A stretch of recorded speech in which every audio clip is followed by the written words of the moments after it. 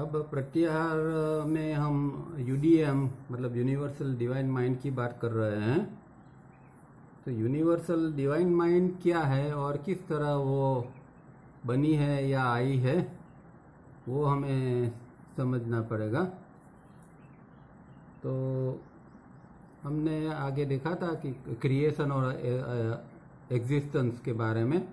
तो जो क्रिएशन है मतलब जो सर्जन है, उसके अंदर सत्यम, तप और जन, और सबके साथ साथ अलग अलग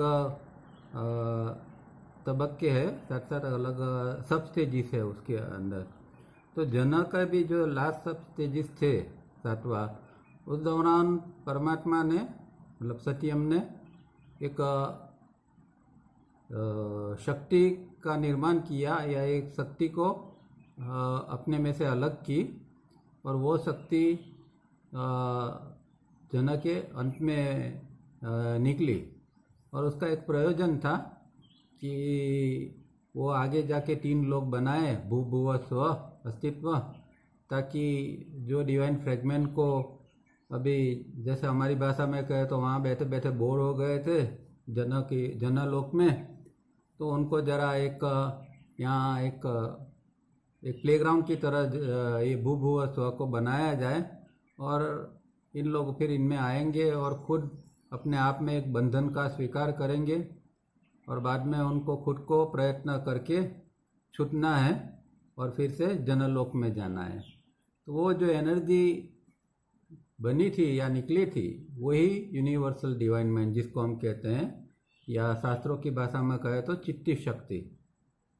और आज जो है हम सब जो है इस पृथ्वी पर या कहीं पर भी भू भुव स्व के अंदर, इन सब लोगों ने कभी न कभी हमने नक्की किया था कि भाई अब जनलोक से निकल के जरा भू भुव स्व की सैर करके आए। पर कभी अभी सोचते हैं तो ऐसा लगता है कि अभी तो फंस गए, आए थे तो यहाँ मौज करने के लिए, पर इस तरह जीव बाद में फंसता जाता है। स्वलोक में तो ठीक है, फिर भुव में आता है, फिर भू में आता है, और भू में आते आते तो एकदम पूरा ग्रॉस हो जाता है। उसके बाद में अपवर्ड जर्नी उसकी चालू होती है, इवोल्यूशन। उसमें भी फिर जब 4th सब स्टेज पर आता है, जैसे कि हमारी अभी ह्यूमैनिटी है, तब जाके उसको थोड़ी समझ आती है और फिर बंधन का अनुभव होता है। तब तक तो उसको बंधन का भी अनुभव नहीं होता है। तो प्रॉब्लम क्या है, जैसे कि हमारे आसपास भी बहुत सारे लोग हैं, वो जिए जाते हैं, उनको कुछ बंधन या मुक्ति का कोई सवाल ही नहीं है उनके लिए। वो बस अपने आप में, अपनी प्रवृत्ति में, अपने धंधे पानी में बस डूबे हुए होते हैं। ऐसे बहुत सारे हमारे आजू बाजू भी होते हैं। पर जो साधक है वो थोड़ा जागृत होता है, तो फिर उसको कभी कभार लगता है कि ये क्या एज ए आत्मा मैंने क्या नक्की किया था कि यहाँ आना है भू भुव स्व में। फिर उसको लगता है कि ये तो एकदम जैसे कि फंस गए हैं, और कितना निकलना मुश्किल है। क्योंकि जब जब हम अपनी वृत्तियों से ऊपर उठने का प्रयत्न करते हैं, हमारी वीकनेसेस से ऊपर उठने का प्रयत्न करते हैं, तब पता चलता है कि ये इतना सारा कूड़ा कचरा हमने इतने जन्मों में जो इकट्ठा किया है, उसको निकलना बहुत बहुत मुश्किल है, और कभी कभी तो नामुमकिन सा लगता है। साधक हताश हो जाता है, बार बार प्रयत्न करता है उठने का, और फिर भी वो अच्छी तरह उठ नहीं पाता, एक अंदर स्थिति नहीं बनती है, तो साधक एक हताश हो जाता है। तो ये जो है ये पूरी एक प्ले है, और इसके अंदर अभी तो हम सब फंसे हुए हैं। फिर भी प्रयत्न तो करना पड़ेगा, there is no other way, ताकि धीरे धीरे करके हम एक दिन इससे निकल जाए, मुक्त हो जाए, और हमारा जो फिर से हमारा जो सेलेस्टियल होम था वहाँ फिर से हम पहुँच जाए। तो ये यूडीएम जो है, ये यूनिवर्सल डिवाइन माइंड, जिसको हम कहते हैं कि भू भुव स्व में ऑल नोइंग, ऑल परवेडिंग ऐसी जो महान शक्ति है वो है। और हमारा जो भगवान जिसको हम कहते हैं, तो भू भुव स्व का जो गॉड हेड है, भगवान है, ये भी चित्ती है। हम जिसकी आराधना करते हैं भगवान के नाम पर, वो भी एक चित्ती ही है, चित्ती के अलग अलग स्वरूप है। तो ये सब जो है वो हमें समझना पड़ेगा कि ये चित्ती फिर हमारे अंदर आती है, तब जो वो यूनिवर्सल डिवाइन माइंड में से वो इंडिविजुअल माइंड बन जाती है और हमारे तंत्र को चलाती है। ये जब तक सारी चीज़ें हम समझ नहीं पाते और आगे जाके इसका एक्सपीरियंस नहीं पाते, तब तक ये मुक्ति संभव नहीं है। कई लोगों को ऐसा लगता है, अरे भाई आत्मदर्शन कर लो ना, ये सब झंझट में क्यों पढ़ते हो, और ये यम नियम आसन प्राणायाम और प्रत्याहार में जन्म जन्म तक पड़े रहना। लोगों को ऐसा ना समझी में ये सब लोग कहते हैं। पर एक बात समझनी ये है कि जिस तरह जीव बंधन में आया है, उसी तरह वो जीव मुक्त हो जाता है, मुक्त हो सकता है। दूसरा कोई रास्ता नहीं है। तो हमने जिस तरह बंधन में हम धीरे धीरे करके आए थे, इसी तरह धीरे धीरे करके मुक्ति होगी। कई लोग कहते हैं नहीं बस इसी जन्म में इसी वक्त मुक्त हो सकते हो। हाँ, वो ठीक है, वो कुछ सुपरफिशियल चीज़ें होती है। पर ये जो पूरा जो भूभुव स्व से निकलना जो है, जिसको रियल मुक्ति या मोक्ष कहते हैं, केवल कहते हैं, इसके लिए तो क्रमशः ही उसको ऊपर उठना पड़ता है। और इसीलिए हमने पूरी कॉस्मोलॉजी में देखा कि भाई भूलोक के साथ सब तेजी से, भूव के साथ सब तेजी से, और स्व के भी साथ सब तेजी से, और इसको धीरे धीरे धीरे करके सबको पसार करते हुए हमें बाहर निकलना है। तो नेचुरली इतना समय तो लगेगा, और यहाँ तक हम पहुँचे। इवोल्यूशन में भी हमने लाखों जन्म तो गंवा दिए हैं, तो अब इवोल्यूशन में तो कुछ जन्म तो जाएंगे ही। इस तरह हमें समझ के प्रयत्न करते रहना है। अब दूसरी बात, हम जब भूभुव स्व की बात करते हैं तो क्योंकि हमारा माइंड हमेशा एक कल्पना में ही रहता है, कोई शब्द सुनते हैं तो एक कल्पना कर लेता है। तो भू भुव स्व हम के कल्पना इस तरह करते कि जैसे कि भू ये है, यहाँ है, उसके ऊपर कहीं पर भुव होगा, उसके ऊपर कहीं पर स्व होगा। तो ये सच नहीं है। भू भुव स्व जो है वो इंटरमिंगल है, एक दूसरे के साथ जुड़े हुए हैं और ओवरलैप्स है। मतलब यहाँ जब जो ये भू है उसके साथ में यहाँ ही भूव है। आपके घर में जो खालीपन है वो भूव का एरिया है, जो ठोस जगह है वो भू की जगह है। तो ये ऐसा कल्पना नहीं करना है कि कोई ये लेडर की तरह नहीं है, कि स्टेप्स की तरह नहीं है कि भू के ऊपर भूव, भूव के ऊपर स्व। ये सब एक दूसरे के साथ जुड़े हुए होते हैं। तो ये बात भी खास समझनी पड़ेगी, कल्पना गलत ना हो जाए, उसको ध्यान में रखना है।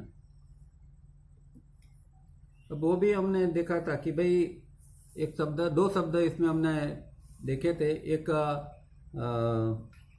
एसेंस ऑफ कॉन्शियसनेस और एक था pure consciousness.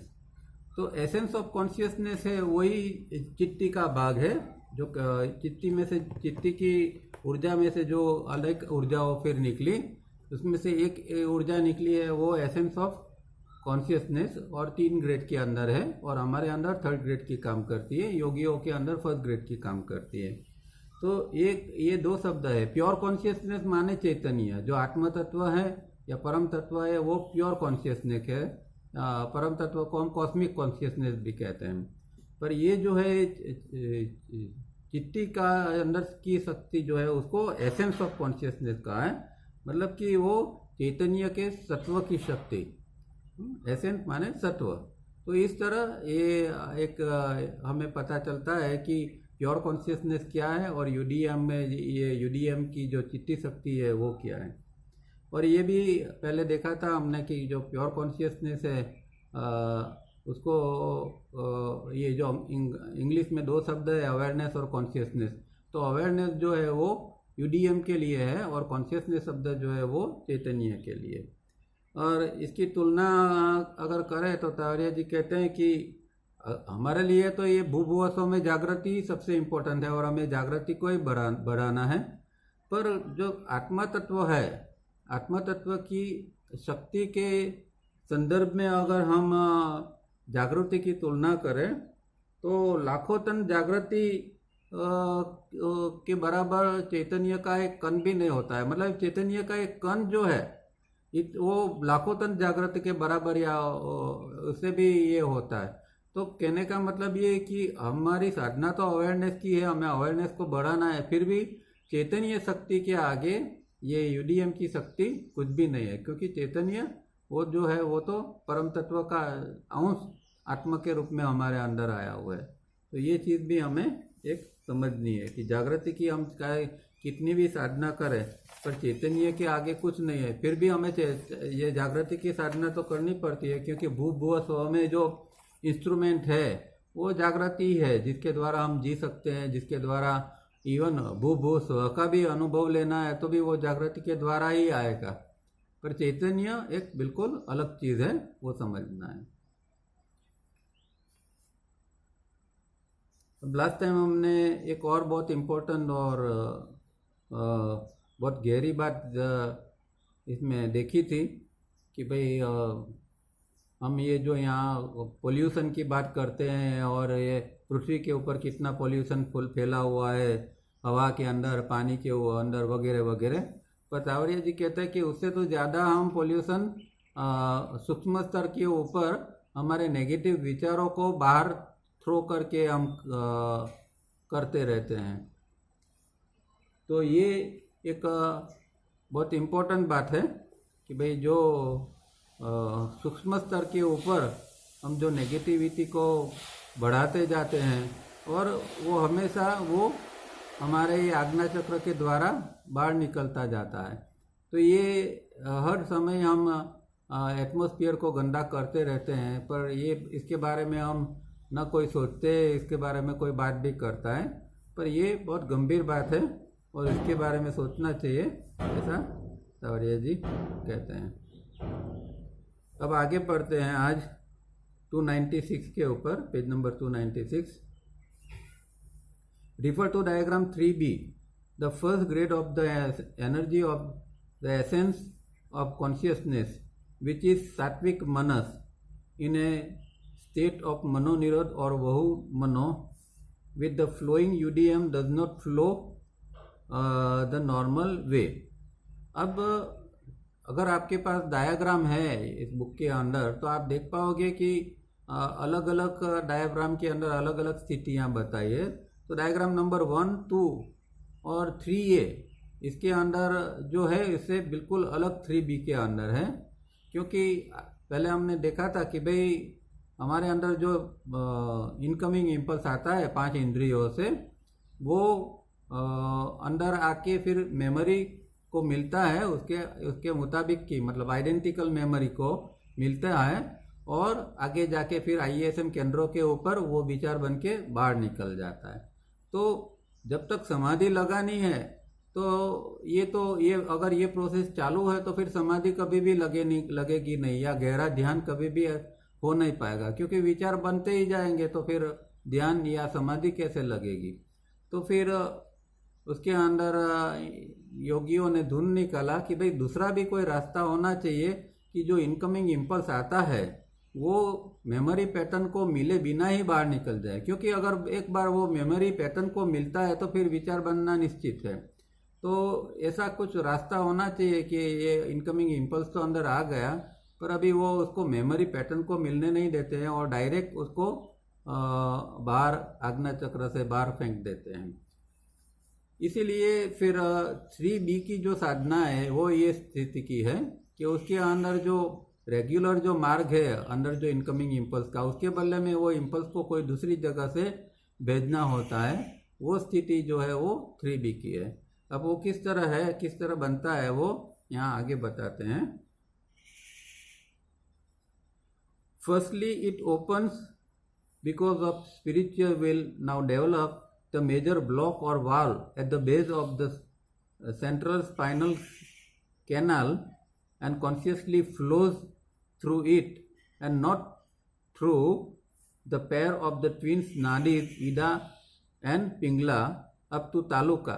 Then because the main entrance leading to the usual passage across the top of the brain as in diagram 1, 2 and 3A is now closed consciously at the major block or wall at Taluka via perforated apertures. So through the side passage around the midbrain, left and right, which get cleared due to scientific yoga practices। बहुत लंबा वाक्य है। तो पहली बात ये उन्होंने कही कि अभी हमारे अंदर स्पिरिचुअल विल डेवलप होती है, इसलिए हम जो वाल है, आगे हमने देखा था कि एक दो जगह पर वाल हमारे अंदर बॉडी के अंदर है। एक सुषुम्ना का जो छोर है जहाँ मूलाधार है, तो मूलाधार चक्र के पास में एक वाल है, उसको ब्रह्मग्रंथि भी कहते हैं। और दूसरा वाल जो है सुषुम्ना के ऊपर के भाग में जहाँ तालुका है, मतलब हमारा जो रियर ब्रेन है वहाँ। तो ये टू वे स्विच जैसा है, एक हमेशा बंद रहता है तो दूसरा चालू रहता है।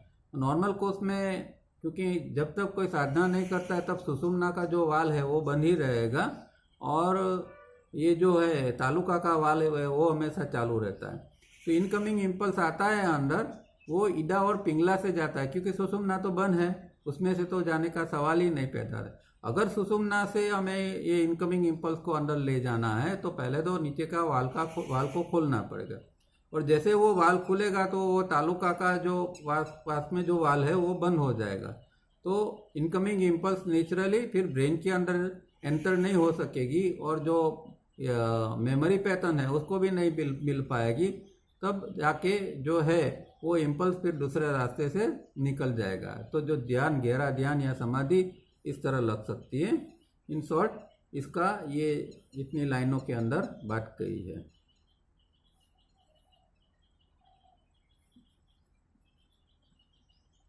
Now in the absence of the flowing UDM in the passage at the top of the brain, the incoming impulse is finding no entrance, wither and die, and the memory patterns which valves are allowed to open consciously reach out and not finding any incoming impulse, or the flowing mind also wither and die। अब जैसे हमने देखा कि भाई incoming impulse अंदर आया और memory pattern को मिलने जा रहा है, तो अब क्या होता है कि जो ये इनकमिंग इम्पल्स अंदर तो आया पर वहाँ तो लॉक लग गया है, अभी वो वाल तो बंद हो गया है तालुका का, तो उसको उसकी जो आइडेंटिकल मेमोरी जो मिलनी चाहिए वो नहीं मिलती है। तो इनकमिंग इम्पल्स जो है वो भी वहाँ मुरझा जाता है और मर जाता है। और इसी तरह वहाँ से ब्रेन के अंदर जो मेमोरी पैटर्न जो निकली थी वो मिलने के लिए कि इनकमिंग इम्पल्स आएंगे उसको मिलूंगा करके वो मिलने के लिए निकली थी, बाहर आई थी, पर वहाँ वाल बंद हो गया उसी समय। तो क्या हुआ कि उसको भी इनकमिंग इम्पल्स के साथ मीटिंग नहीं होती है, उसके साथ मिल नहीं सकते हैं, तो वो भी जो है वो जो मेमोरी पैटर्न निकली थी वो भी फिर मुरझा जाती है और मर जाती है। No thinking or reasoning is now necessary for the sattvic manas uses the highest ability, intuition, and arrives at exact and correct knowledge instantly। These are the possibilities of stage 3B। तो अभी क्योंकि 3B के अंदर अभी उसको न कोई incoming impulse की ज़रूरत है, न कोई ये पूरी प्रोसेस की ज़रूरत है, थिंकिंग की, रीजनिंग की, वो डायरेक्टली उसके अंदर एक एबिलिटी आ जाती है इस तरह की कि अंदर एक इंट्यूशन अंदर उसको होता है, और एक डायरेक्ट जो उसको जानना है वो डायरेक्ट ही वो जान जाता है, समझ जाता है, या फिर वो अपने अंदर चला जाता है कि भाई यहाँ इसने सब लॉक लगा दिए, अब ना इनकमिंग इम्पल्स आ रहा है, ना मेमोरी पैटर्न उसको मिल रही है। तो क्या होगा कि अंदर एक समाधि की स्थिति अपने आप में बन जाएगी। अभी उसको विचार डिस्टर्ब नहीं करेंगे, क्योंकि विचार बनने की कोई संभावना ही नहीं है। विचार बनने का मटेरियल जो है इनकमिंग इम्पल्स वो ही अंदर नहीं आ सकता है, तो फिर विचार बनने का सवाल पैदा ही नहीं होता है। तो ये सब 3B के स्टेज के अंदर हो सकता है। और फिर दूसरा ये है कि उसको करेक्ट नॉलेज भी उस समय मिल सकता है। 3B की स्थिति के अंदर जो नेचर में जो एग्जैक्ट नॉलेज पड़ा है, करेक्ट नॉलेज जो पड़ा है, वो उसको वहाँ अपने आप में मिल जाता है। तो कहने का मतलब ये है कि अगर कोई स्थिति पर पहुंचता है तो उसको ना कोई किताब पढ़ने की ज़रूरत पड़ती है, ना कोई गुरु के पास जाने की ज़रूरत पड़ती है, उसको अंदर से ही करेक्ट नॉलेज अंदर से आता है, और उसका जो डिवाइन फ्रेगमेंट आत्म तत्व है वो आगे की साधना के लिए भी उसको गाइड करता रहता है। तो किसी से गाइडेंस की भी उसको ज़रूरत नहीं पड़ती है। But in diagram 3A, this sattvic manas in a state of manonirodh or vahumano is allowed to flow through the normal channels and observe the normal process as in diagram 1 and 2. अब यहाँ थोड़ा का ये तीनों में भेद है 1, 2 और 3A। 1, 2 के अंदर तो वो बाय डिफ़ॉल्ट चले ही आते हैं, हमें कुछ पता ही नहीं चलता है कब इनकमिंग इम्पल्स आया, कब मेमोरी पैटर्न को मिला और कब विचार बना। ये पूरी प्रोसेस हमारे अंदर ध्यान बार ही रहती है। पर 3A के अंदर वो उसको सब पता होता है, उसके अंदर एक इतना ऑब्जर्वेशन रहता है कि वो ये इनकमिंग इम्पल्स को आने देता है और ज़रूरत पड़ी तो मेमोरी पैटर्न को मिलने भी देगा और जो कोई विचार की संभावना है, ज़रूरत है तो विचार बनने देगा। तो 3A के अंदर ये स्थिति है कि पर ये 1 और 2 से काफ़ी ऊंची स्थिति है, क्योंकि ये अब पूरा वो जान सकता है, समझ सकता है कि अंदर क्या प्रोसेस चल रही है। और 1 और 2 के अंदर तो वो कुछ समझ में ही नहीं आता है। In the case of incoming impulses and the identically memory patterns, if they are not of the high vibrational tone that this sattvic manas has, suffocate and die immediately, though floating in UDM. अब दूसरी बात ये की है कि जो incoming impulse और incoming impulse हमारे अंदर आते हैं उसकी भी अलग अलग क्वालिटीज़ है या उसके अलग अलग वाइब्रेशंस है। उसके बहुत हायर से लेके लो लेवल तक के, लो वाइब्रेशन तक के अलग अलग टाइप के इम्पल्सिस होते हैं। तो एक नॉर्मल व्यक्ति है कि जिसके अंदर जो उसका जो मनस है वो भी एकदम नॉर्मल है, वो मनस की स्थिति के मुताबिक उसके अंदर इम्पल्सिस आते हैं। अब वही अगर किसी ने साधना करके उसका मनस को ऊपर उठाया तो वो ऊपर के और ज़्यादा वाइब्रेशन वाले, ज़्यादा कंपन वाले ये जो है इम्पल्स है उसको वो आने के लिए अलाउ कर सकते हैं। तो यही चीज़ यहाँ है कि जो अगर सात्विक मनस और ये मतलब कि दोनों सिमिलर होने चाहिए, जो इनकमिंग इम्पल्स आ रहा है और अंदर का जो सात्विक मनस जो है वो सात्विक मनस मतलब यूडीएम की जो अंदर की जो स्थिति है वो, जिसको हम चित्त भी कह सकते हैं, इंडिविजुअल चित्त। तो ये जो है दोनों की अगर वो सिमिलर टाइप के है, उसके दोनों के वाइब्रेशन सिमिलर होते के वो ख़त्म हो जाता है। डाई इमीडिएटली दो फ्लोटिंग इन यूडीएम के अंदर वो फ्लोट होता है फिर भी वो मर जाता है। And only those of the same high vibrational tones form thought forms that are thrown out of the system at point 7 as clean as possible. तो जो मतलब सिमिलर टाइप के जो है जिनके वाइब्रेशंस कॉमन है दोनों के अंदर एक समान है, वो इस प्रकार के ही इनकमिंग इम्पल्स अंदर आके फिर आगे की प्रोसेस बना सकते हैं। और ये जो है वो सिस्टम के अंदर पॉइंट नंबर 7 माने आज्ञा चक्र है, वहाँ जितना भी क्लीन हो सके इतनी क्लीन स्थिति के अंदर वो निकल जाएगा। क्योंकि हमने देखा कि अभी यहाँ कोई खास ब्रेन प्रोसेस होती नहीं, आईएसएम के अंदर तो काम ही नहीं करते हैं, तो उसको पोल्यूट होने का, कंटेमिनेट होने का कोई चांस नहीं मिलता है। तो ज़्यादा से ज़्यादा क्लीन स्थिति के अंदर जैसा इम्पल्स आया ऐसे लगभग क्लीन स्थिति के अंदर वो फिर आज्ञा चक्र से निकल जाता है। A person establish in stage 3 and 3B follows either of the methods stated above as required. अब ये ऐसा क्यों कहा कि जो व्यक्ति है जो 3A और 3B के ऊपर पहुंची है उसको अभी वो क्या करना चाहता है, जैसे कि वो संसारी है, संसार के उसके अभी कामकाज करना है तो वो 3A की स्थिति में आएगा।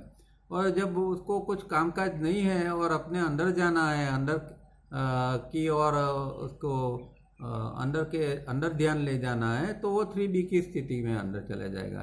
तो उसके पास दोनों टाइप की चॉइस है। जो 3B पर पहुंचा है वो 3B में भी जा सकता है और नीचे 3A में भी आ सकता है।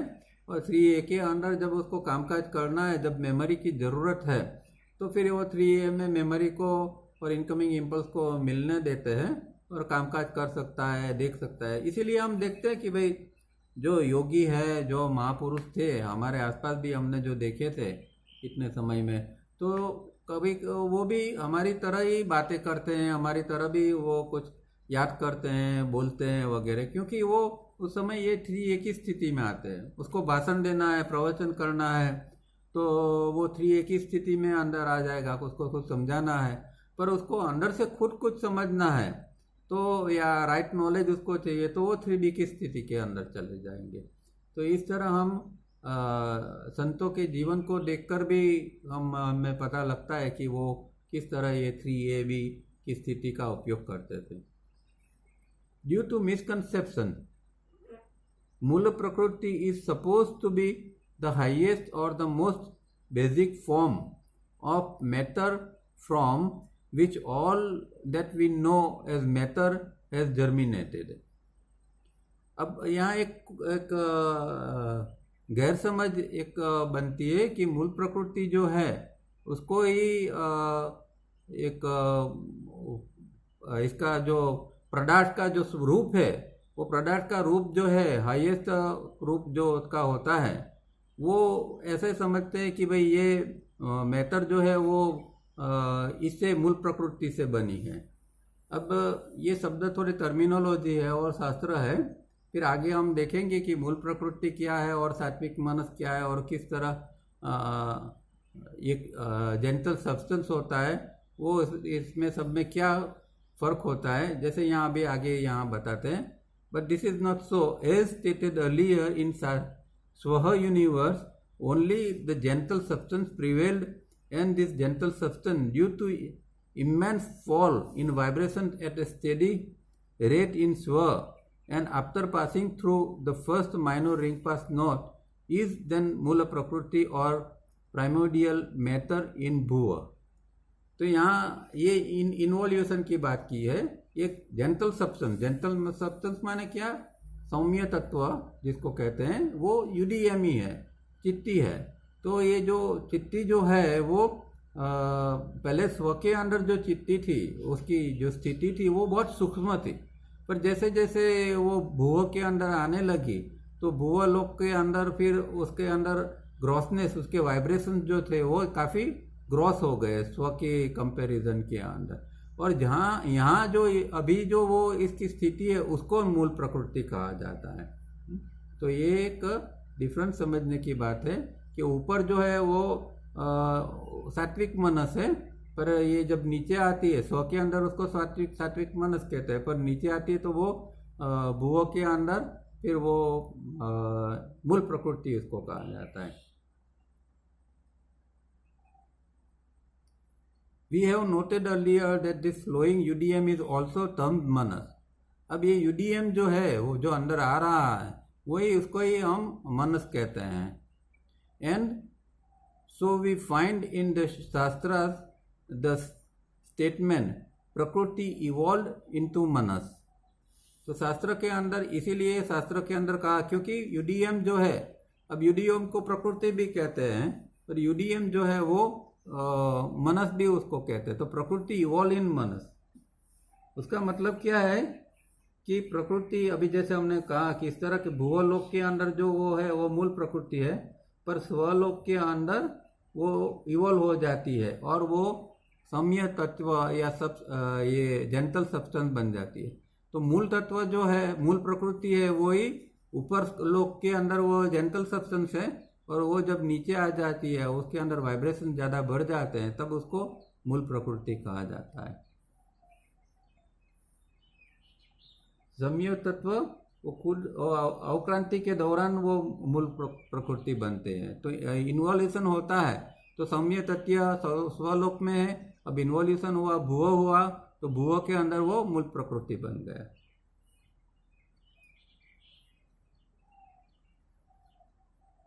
और दूसरी बात ये है कि यूडीएम जब हमारे अंदर तो आता है, पर वो जब आज्ञा चक्र में से जब बाहर निकलता है तब उसको मनस कहते हैं।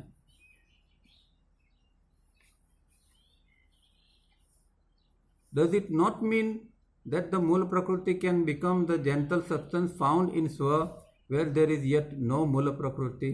तो अभी हमने बात की, वही बात कहते हैं कि भाई ये स्वलोक के अंदर तो जेंटल सब्सटेंस ही है उत्क्रांति के दौरान, और वहाँ वो मूल प्रकृति के रूप में नहीं है. So the UDM is mistakenly called Mula Prakriti, which when flowing in an individual is contaminated to a small or large extent as per condition prevails in that individual when it flows out ultimately.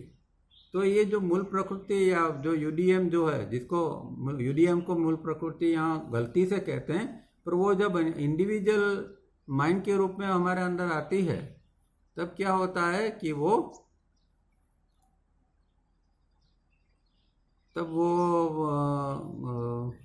क्या कहते हैं कि contaminate होके बाहर निकलती है. ठीक है, अभी एक ब्रेक का भी टाइम है. Thus the contaminated or outward flowing mind from point 7 Agna referred to diagram is known as Manas and ceases to be the UDM. तो जैसे अभी हमने देखा कि भाई ये जब वो बाहर निकलती है आज्ञा चक्र से, जो UDMM के रूप में अंदर आई थी, अब जब वो बाहर निकलेगी आज्ञा चक्र से तब वो UDM नहीं पर वो मनस कहलाएगी. And ceases to be UDM, वो सीधी UDM के रूप में बंद हो जाती है.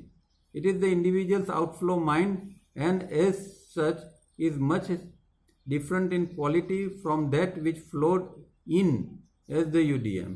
तो जो अंदर आया था UDM, जो यूनिवर्सल डिवाइन माइंड अंदर आया था, उस समय जो उसकी क्वालिटी थी, और जब वो बाहर निकला, क्योंकि थिंकिंग की पूरी प्रोसेस होके जब वो बाहर निकलता है तब वो कंटिमिनेट हो जाता है, वो प्रदूषित हो जाता है. तो जब विचार बनता है, विचार हमेशा एक प्रदूषण ही है. चाहे आप विचार को कुछ भी कह लीजिए, हम कहते हैं अच्छे विचार, बुरे विचार, हकीकत में कुछ ऐसा है नहीं.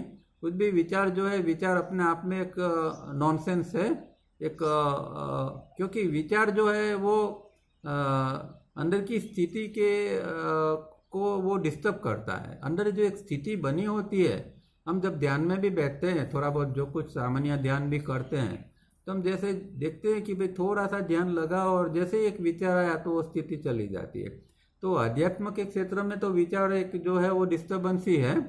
चाहे संसार के अंदर विचार कितना भी उपयोगी है, पर अध्यात्म के अंदर अच्छा विचार, बुरा विचार ऐसा कुछ होता नहीं है. और वो जब बाहर निकलता है तो बहुत सारा कचरा लेके निकलता है, क्योंकि प्रोसेस होती है उसमें. हमें तो अंदर पता नहीं चलता, पर अंदर हमने कितना कुछ नेगेटिव विचार लिया, हमारा अंदर सोच में नेगेटिविटी आ गई और कुछ आ गया, और उसको हमने फिर आज्ञा चक्र से बाहर धकेल दिया, तो वो जो फिर एटमॉस्फेयर में वो कचरा चला गया. तो ये प्रोसेस जो है वो हमारे जो ऑब्जर्वेशन के दायरे में तो है नहीं, इसलिए अंदर जो आता है यूडीएम अंदर आया, उसी तरह वो बाहर नहीं जाएगा. वो कुछ न कुछ कूड़ा कचरा लेके ही बाहर निकलेगा, इसीलिए वो फिर वहाँ यूडीएम नहीं कहलाता है.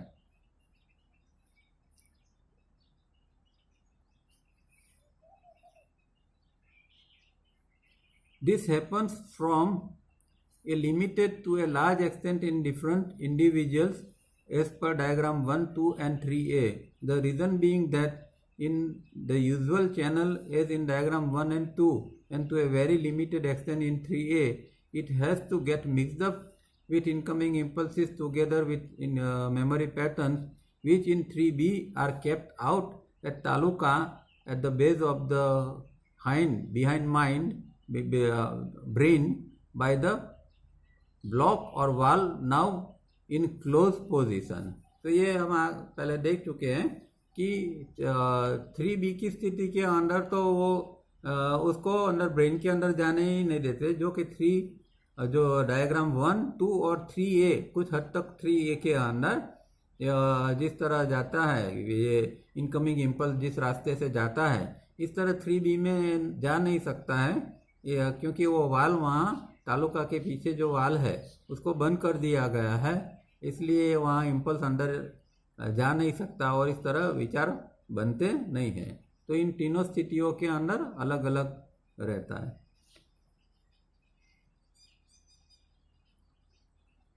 and when the UDM is not involved, as in diagram 3b, and flows out uncontaminated, the Shastras say manas resolved into Prakriti. अब जब ये अंदर जो UDM आया वो अभी ये नहीं होता है, प्रदूषित नहीं होता है और लगभग वैसा कि वैसा निकल जाता है, उसको शास्त्र कहता है मनस रिजॉल्व इनटू प्रकृति। तो हम बात कर रहे थे कि शास्त्र में कहते हैं मनस रिजॉल्व इनटू प्रकृति, मतलब कि इंडिविजुअल लेवल पर मनस जो है इंडिविजुअल लेवल वो प्रकृति के अंदर लय हो जाता है। जब 3D की स्थिति होती है, अनकंटेमिनेटेड स्थिति बनती है, उस दौरान क्या होता है कि मनस जो है हमारा व्यक्तिगत मन जो है वो प्रकृति के अंदर इसका लय हो जाता है। तो जो एक ध्येय है, एक ध्येय योग का यही है कि भाई मनोलय जिसको हम कहते हैं, उसमें भी लय शब्द है, मनोलय, ये मन का लय कर दो, अभी मन रहे ही नहीं ऐसी स्थिति। तो 3B के अंदर चाहे टेम्पररी भी मनोलय की स्थिति बन जाती है, फिर से वो उसको फिर मन को फिर वापस कामकाज में लाना भी पड़ता है, पर जब वो 3B के स्थिति के अंदर साधक होता है तो वो मनोलय की स्थिति को निर्माण कर सकता है। The mid brain is altered from with in. अब जो मिड ब्रेन जो है, मगज का, दिमाग का जो बीच वाला हिस्सा, वो हमेशा बदलता रहता है। All the vital points therein are activated and are now pulsating. अब ये सब 3B की स्थिति की बात है कि 3B की स्थिति के अंदर ये जो मिड ब्रेन है वो ऑल्टर होता है, फिर अंदर अलग अलग जो पॉइंट्स है ब्रेन के अंदर, वाइटल पॉइंट, वो एक्टिवेट हो जाते हैं और वो कामकाज करने लगते हैं, दबकने लगते हैं। No more are the ordinary computers of the front brain section 1 and the rear brain section 3 in use, and one can remain in the state of mano nirodh or vahu mano as shown in diagram 3b। तो यहाँ ये 3B के अंदर न section 1 जो IESM केंद्र जो है वो काम करते हैं, न कि जो सेक्शन 3 जिसके जहाँ मेमोरी पड़ी हुई है, मेमोरी पैटर्न पड़ी है, तो ये दोनों काम नहीं करते हैं क्योंकि यहाँ इनकी की जरूरत ही नहीं पड़ती है। ड्यू टू मनोनिरोध, सात्विक मनस is free from the contagious incoming impulse and identical memory pattern which no longer meet the floating UDM as a required condition of thought formation.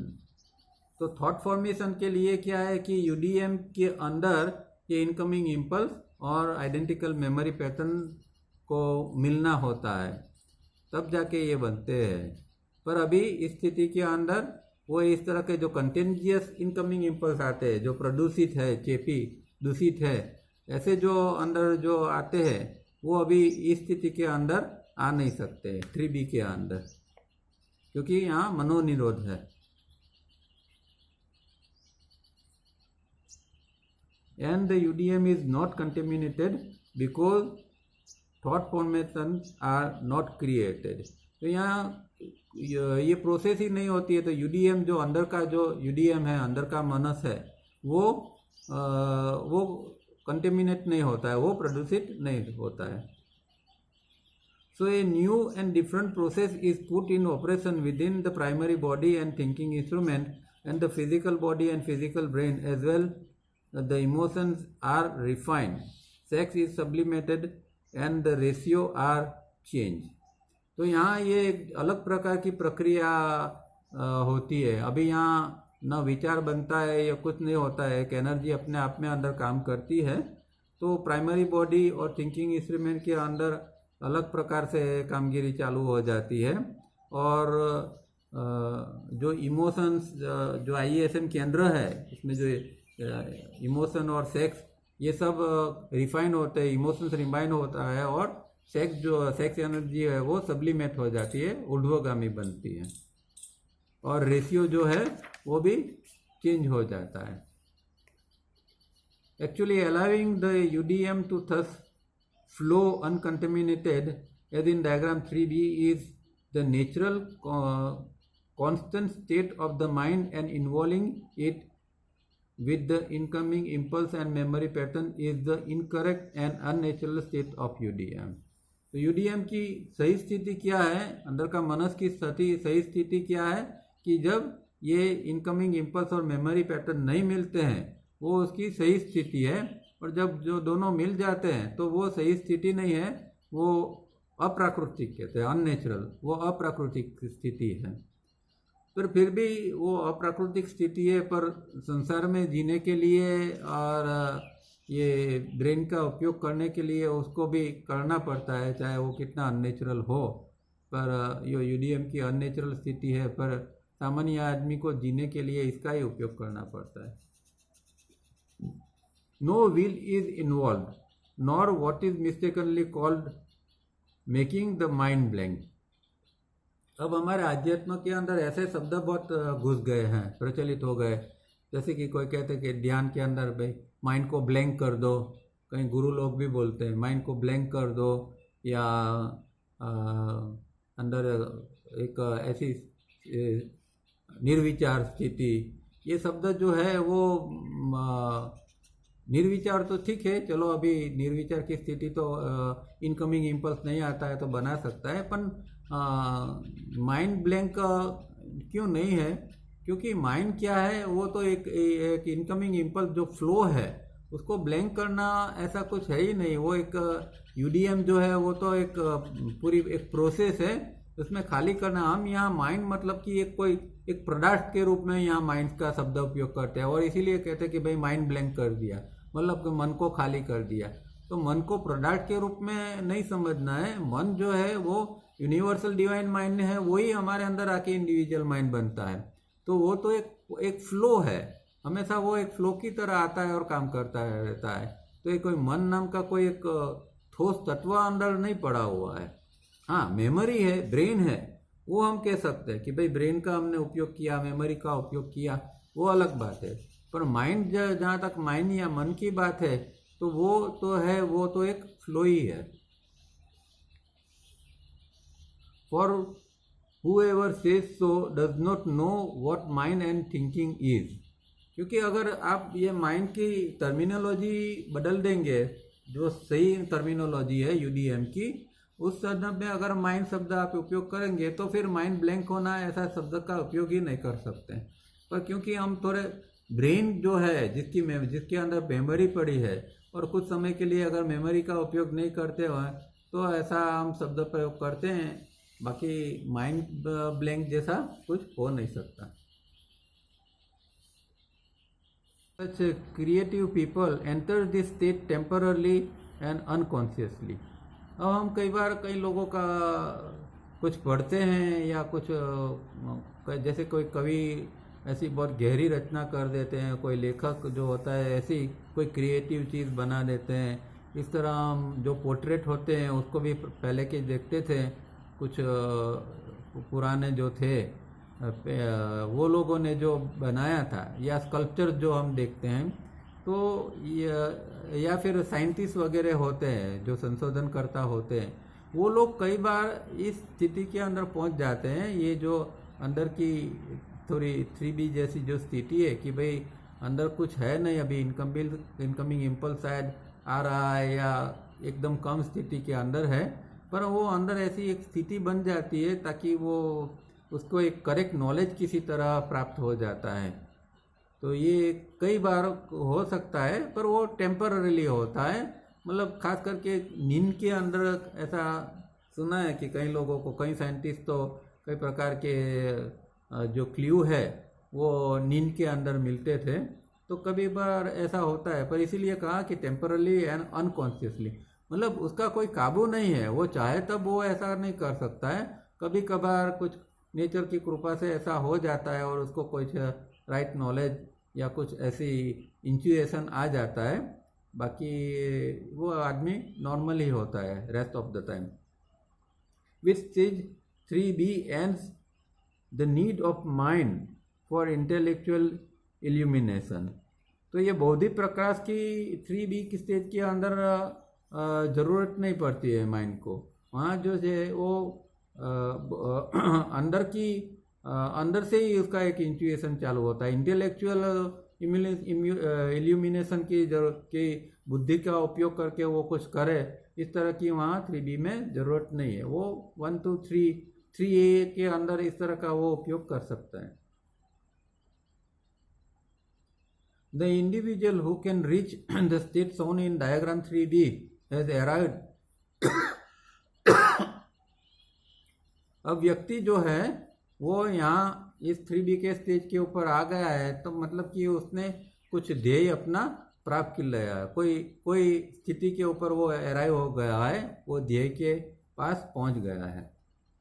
In such a one, the UDM, the gentle substance, sattvic manas, is generated and in mano nirod or vahumano state allows the free flowing mind to flow as the UDM without the least contamination like the clean mind of the Buddha।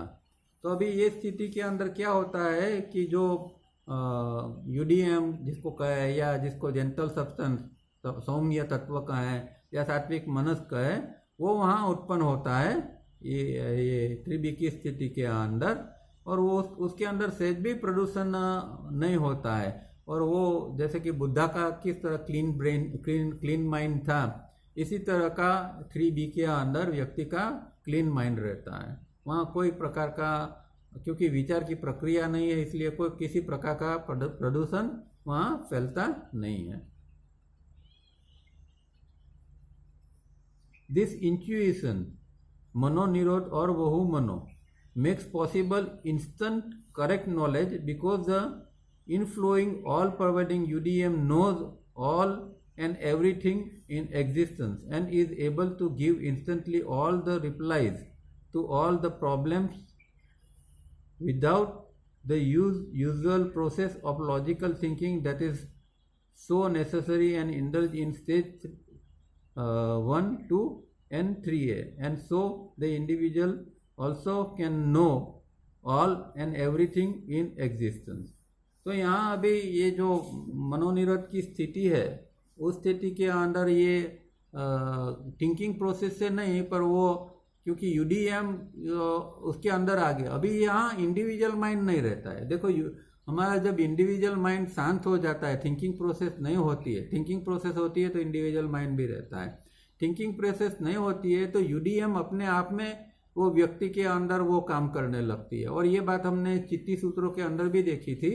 चित्ती सूत्रों में भी ये बात आती है कि भाई एक स्थिति ऐसी आती है कि चित्ती प्योर रूप के अंदर व्यक्ति के अंदर काम करने लगती है, जब वहाँ कोई इसकी ब्रेन प्रोसेस न होती है, मतलब इंडिविजुअल माइंड वहाँ फिर नहीं रहता है। अब ये व्यक्ति का कब्जा UDM ने ही कर लिया, वो UDM ही वहाँ है, ऐसी स्थिति होती है, जो कि डायग्राम 1, 2 और 3A के अंदर वहाँ नहीं होती है। वहाँ कोई लॉजिकल प्रोसेस वहाँ कुछ नहीं होता है, और ये UDM वहाँ फैली है, इसलिए UDM के जो कुछ क्वालिटीज़ है वो व्यक्ति के अंदर भी आते हैं। जैसे कि UDM की क्वालिटी है ऑल नोइंग, तो वो व्यक्ति भी उसी समय ऑल नोइंग की तरह वो ज्ञान प्राप्त कर सकता है। कहीं का भी उसको जो ज्ञान चाहिए, भूभुव स्व का, चाहे स्व का कोई डिस्टेंस का उसको ज्ञान चाहिए, तो वो इमीडिएटली ज्ञान प्राप्त कर सकता है, क्योंकि UDM खुद अभी उसके अंदर आके बैठ गई है और अभी इंडिविजुअल माइंड वहाँ कोई रहा नहीं है। ये बहुत बड़ी घटना होती है इस तरह जब होता है तब, क्योंकि ऐसी स्थिति के अंदर फिर वो व्यक्ति का अहम जो है, वो ईगो का भी नाश हो जाता है, उसका इंडिविजुअल ईगो वह रहता नहीं है। क्योंकि जो ईगो है इसके कारण तो ये सारी सब झंझट पैदा हो जाती है, जिसे वो पतंजलि जो 5 क्लेश कहते हैं, अविद्या, अस्मिता, राग, द्वेष, अभिनिवेश, ये सब इसमें से ही पैदा होते हैं। तो अगर ये चीज़ निकल जाए तो एक अंदर बहुत बड़ी एक जंप लग जाता है, वो अध्यात्म में बहुत आगे निकल जाता है व्यक्ति। This instant total knowledge is free from noise, the noise of mind modification and कंटिमिनेशन of the mind. तो यहाँ अगर ही जो स्थिति बनती है वहाँ टोटल नॉलेज उसको मिलता है, और वो कोई भी प्रकार का चित्तवृत्ति जो है, माइंड मॉडिफिकेशन या प्रदूषित मन, ऐसी कोई भी स्थिति अंदर रहती नहीं है उस दौरान। But to do this is a as impossible as breathing in clean mountain air and breathing out the same clean mountain air. अब हम जानते हैं कि एकदम पर्वत की चोटी जो होती है बहुत हाइट के ऊपर, आप 20-25 हज़ार फीट के ऊपर चले जाते हैं तो वहाँ इतनी पतली हवा होती है कि वहाँ श्वास लेना भी मुश्किल है और छोड़ना भी मुश्किल होता है। इतनी जैसे मुश्किल है वो ये 3D की स्थिति प्राप्त करने की है। वो ये कोई आसान स्टेज नहीं है, इसके लिए जन्मों जन्म तक मेहनत करनी पड़ती है, तब जाके व्यक्ति 3D की ऐसी स्थिति के अंदर कि जहाँ UDM ही अभी उसके ऊपर कम्प्लीटली काम कर रही है, UDM व्यक्ति के रूप में काम कर रही है, ऐसी स्थिति बनाना वो एक अद्भुत है। But in state 3B and 3C state it is possible, just as the case of clinical death of the physical body of a disciple is virtually the same as and yet very different from an ordinary person's state of clinical death. अब देखने में तो जब हम देखा इसमें कि भाई क्लिनिकल डेथ की एक प्रोसेस इसके अंदर होती है ये साधना के अंदर, तो क्लिनिकल डेथ में व्यक्ति, सामान्य व्यक्ति का क्लिनिकल डेथ होता है तो उसकी श्वास भी बंद हो जाती है, उसकी हृदय की धड़कन भी बंद हो जाती है। तो यहाँ भी साधना के अंदर जिसकी क्लिनिकल डेथ होती है उसको देखने में तो ऐसा ही लगता है कि जैसे वो रियल में क्लिनिकल डेथ हो गया, फिर भी वो रियल क्लिनिकल डेथ नहीं होता है, उसके अंदर जीव रहता है, उसके अंदर श्वास भी बहुत धीमी धीमी श्वास भी चलती रहती है, पर अपेरेंटली वो सब पता नहीं चलता। The air does enter the lungs in extremely small doses and comes out as the same clean air, but the volume is insignificant and unnoticeable. अब उस दौरान जब साधक का क्लिनिकल डेथ होता है तो एकदम कम हवा अंदर जाती है और इसी तरह की हवा बाहर आती है और वो भी क्लीन होती है, क्योंकि उसके अंदर सर्कुलेशन वगैरह भी एकदम स्लो हो चुका है, पूरी प्रोसेस बॉडी की एकदम स्लो हो गई होती है, इसीलिए जो अंदर हवा गई है वो भी ज़्यादा दूषित नहीं होती है, ऐसे ही लगभग बाहर आ जाती है। और वहाँ जो वॉल्यूम है, मतलब श्वास का जो जत्था है, कितना श्वास हम लेते हैं, वो भी बहुत कम मात्रा में हो जाता है, जैसे कि हम इसको नोटिस ही नहीं कर सके, इतना कम हो जाता है। This happens only in the case of a disciple under training and in A state of conscious clinical death. अब ये जब डिवाइन फ्रैगमेंट इस तरह की ट्रेनिंग देता है और उसका अगर क्लिनिकल डेथ की इस तरह प्रोसेस में जाता है तभी ये संभवित है। Perhaps we could call this the ground state of the disciple. तो उसको एक भूमिका भी कह सकते हैं कि साधक की एक अंदर ग्राउंड स्टेट बना, मतलब कि अंदर की एक भूमिका उसकी बन गई है। अब लास्ट पैराग्राफ देख लेते हैं। Stage 3B is the correct and final state of प्रत्याहार, fully attended and consolidated, and this can not be done without guidance from transcendental teacher. तो ये अभी जो प्रत्याहार इतने लंबा समय से हम देखते हैं, ये सब कितनी सारी चीज़ें इसमें देखा, तो अब जाके ये फाइनल स्टेज प्रत्याहार का हुआ, जब 3B के बार साधक पहुंचता है और इतनी सारी प्रक्रिया में से पसार होता है, तब वो प्रत्याहार के स्टेट का वो फाइनल स्टेट बना, ऐसा कहते हैं। और ये वो फुल्ली अटेंड हो जाता है और वो श्रुदध हो जाता है, वो प्रत्याहार के स्थिति के अंदर श्रुदध कंसोलिडेट हो जाता है। और ये सब ट्रांसेंडेंटल टीचर, मतलब हमारा आत्मा तत्व के मार्गदर्शन के बिना कभी भी नहीं हो सकता। It means that under guidance the disciple has by now studied all that exist in the solar system. अब जो सोलर सिस्टम के अंदर जो है, हमारा जो सोलर सिस्टम है, हमारा सूर्य और सूर्य का हमारी जो ग्रहमाला है पूरी, उसके अंदर क्या क्या पड़ा है वो सब कुछ ये स्टेज के अंदर साधक जान लेता है। उसके सूक्ष्म शरीर द्वारा, आगे हमने देखा था कि भाई वो एस्ट्रल ट्रैवलिंग कर सकता है, तो एस्ट्रल ट्रैवलिंग द्वारा, अब जब फिजिकल बॉडी तो है सूर्य के कुछ करीब, थोड़े करीब भी नहीं जा सकता, नहीं तो एकदम जलन होने लगती है, एकदम गर्मी लगती है, पर सूक्ष्म शरीर को ऐसा नहीं है। तो सूक्ष्म बॉडी या कभी कभार मेंटल बॉडी से कहीं भी जा सकते हैं ये लोग। तो ये प्रत्यार की ये स्टेज के अंदर जो ग्रहमाला है उसके अंदर सूर्य से लेके सब जो है बुध, पृथ्वी, वीनस मतलब शुक्र, फिर शनि, ये सब जो है वो पूरा का पूरा जो कुछ सूर्यमाला के अंदर जो ग्रह पड़े हैं इन सब का एग्जैक्ट नॉलेज उसको मिल जाता है। All this prepares the disciple for the advance step of dharana and dhyana, the transcendental experience which takes place neither within the movement of the physical body nor the agitation of the astral body or mind modification। तो ये अगर ये 3D का stage के अंदर जब व्यक्ति इस तरह प्रत्याहार के अंदर प्रतिष्ठित होता है तब फिर आगे के स्टेप जो धारणा ध्यान है उसके लिए अभी ये प्रिपेयर हो गया। अभी आगे जाके वो धारणा ध्यान के अंदर एंटर होगा और वहाँ वो फिर ट्रांसेंडेंटल एक्सपीरियंस इसी प्रकार के अनुभव जिसको सुपर नेचुरल कहते हैं इस तरह के अनुभव वो आगे ले सकता है। पर वो कोई फिजिकल बॉडी या एस्ट्रल बॉडी की कोई मोमेंट या उसके अंदर का कोई चहल पहल ऐसा कुछ नहीं है, ये एक बिल्कुल अलग प्रकार की प्रक्रिया है। सच ए पर्सन दो not appearing on the surface in any way different from an ordinary human being is Indeed in fact a different species of humanity, A Yogi, a master. तो ऐसी व्यक्ति जो है कि जिसने वो यहाँ तक पहुँच गया है वो देखने में तो हमारे जैसी ही होगी, शरीर भी उसका ऐसा ही होगा, वो ऐसे ही हलता चलता होगा, पर वो एक अलग प्रकार की जैसे कि कोई दूसरी ह्यूमैनिटी की व्यक्ति है, इसी कोई एडवांस ह्यूमैनिटी की व्यक्ति है और वो अंदर से इस तरह का बन जाता है, एक जिसको रियल योगी या एक कोई रियल गुरु जिसको कहें इस तरह का व्यक्ति वो बन जाता है। तो यहाँ समय हो गया है, यहाँ रुकते हैं।